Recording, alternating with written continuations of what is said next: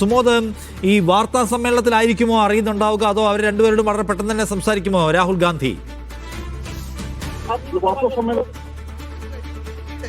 ഈ വാർത്താ സമ്മേളനത്തിൽ തന്നെ ഈ വിവരം പുറത്തുവിട്ടാൽ മതി എന്നാണ് കരുതിയിരിക്കുന്നത്. ഇപ്പോൾ അക്ബർ റോഡിലെ പഴയ ACC ആസ്ഥാനത്തായിരിക്കും വാർത്താ സമ്മേളനം എന്നുള്ളൊരു കാര്യമാണ് അറിയിക്കുന്നത്.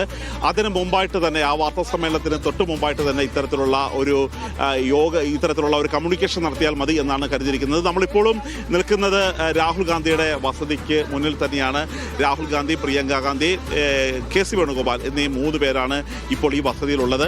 ഈ വസതിയിൽ രാഹുൽ ഗാന്ധി ആദ്യം സംസാരിച്ചത് KC വേണുഗോപാലോട് സംസാരിച്ചതിന് ശേഷം അദ്ദേഹം ഒരു കാരണവശാലും അയയാതെ വഴങ്ങാതെ നിൽക്കുകയാണ്. കാരണം KC വേണുഗോപാലിന്റെ പേരിലായിരുന്നു ഈ ചർച്ച മുഴുവനും കേരളത്തിൽ നടന്നത്. മാത്രമല്ല, അദ്ദേഹം മുഖ്യമന്ത്രിയാകും, അതിനുള്ള ഒരു അധികാര കൊതിയനാണ് എന്ന തരത്തിലേക്കുള്ള വലിയ തരത്തിലുള്ള പരാമർശവും കേരളത്തിൽ അദ്ദേഹത്തിനെ ഒരു വില്ലനാക്കി ചിത്രീകരിക്കുകയും ചെയ്യുകയും ചെയ്തിരുന്നു. മാത്രമല്ല, ഇത്തരത്തിൽ MLA-മാരുടെ ഒരു ഭൂരിപക്ഷം അദ്ദേഹത്തിന് തന്നെയായിരുന്നു ഉണ്ടായിരുന്നത്.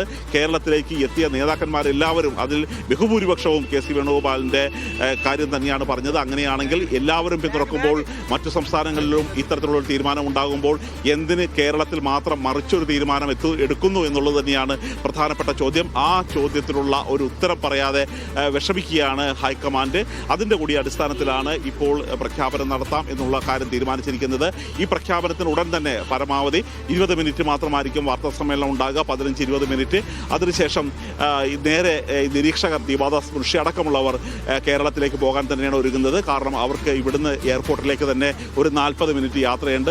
വാർത്താ സമ്മേളനം പൂർത്തിയാക്കി ഉടൻ തന്നെ എയർപോർട്ടിലേക്ക് പോവുകയും അവിടുന്ന് കേരളത്തിലേക്ക് തിരിക്കുകയും പിന്നീട് കേരളത്തിലെത്തി MLA-മാരോട് ഇക്കാര്യം ഔദ്യോഗികമായിട്ട് തന്നെ അറിയിക്കുകയും ചെയ്യാം എന്നാണ് നിരീക്ഷകർ കരുതുന്നത്.